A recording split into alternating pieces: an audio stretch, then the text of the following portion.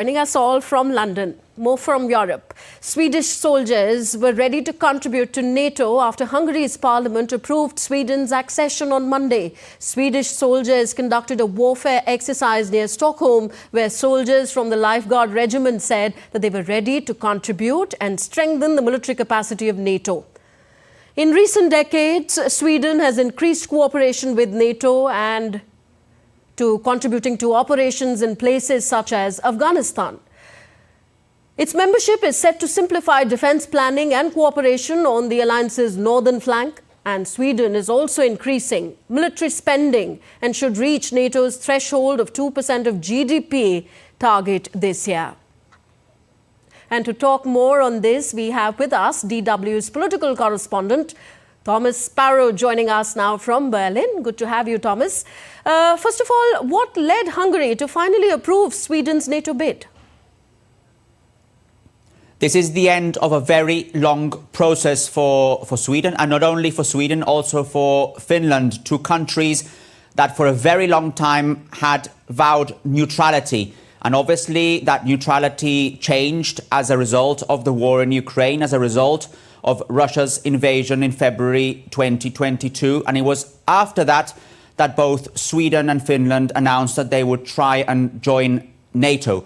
And the fact that Hungary this week, only a few days ago, accepted finally that Sweden can become a member of NATO is, as I stress, the end of a very long process for Sweden and a very important process as well.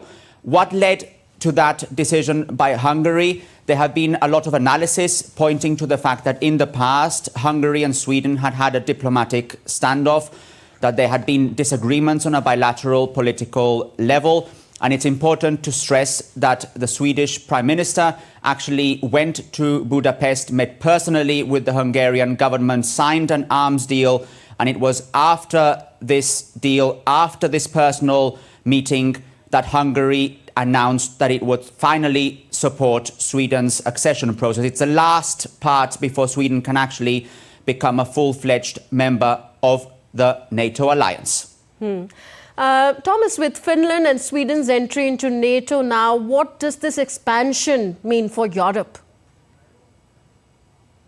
You mentioned already one of the main elements: simplifying planning, strengthening the northern border. These are all elements that for NATO are particularly important at a time when in Europe there is considerable security threats, at a time when the war in Ukraine does not show any signs of stopping, at a time when it is particularly important for NATO to show strength. And the fact that now it can count not only with the partners that have been there for a long time, but also with Finland and with Sweden is certainly an important development for the alliance. And it's also, by the way, an important development in times when there's a lot of discussion as to what these partners need to do to step up help towards Ukraine. So from the perspective, definitely, of NATO, from the perspective of NATO members, from the perspective of the countries that form part of this alliance, this is certainly a welcome news. It is certainly a welcome development. Thank you, Thomas. Thomas Sparrow joining us from DW Berlin. You're with us on DD India Global. Still to come on the show. Qatar